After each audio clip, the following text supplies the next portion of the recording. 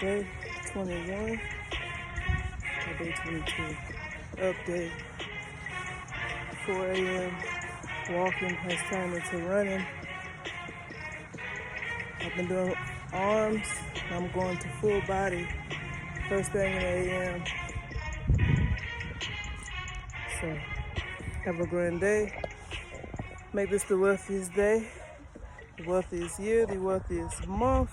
Make sure you read a book this month. The book I'm reading is Outwitting the Devil. Almost done. And the next book will probably be, I don't know, we'll see. Read one book a month. One. Short, long, it don't matter. Just read one.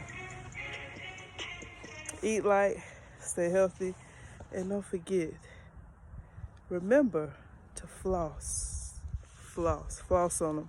Floss, period. Floss your teeth. Floss your lifestyle. Floss the goddess feminine energy. Peace.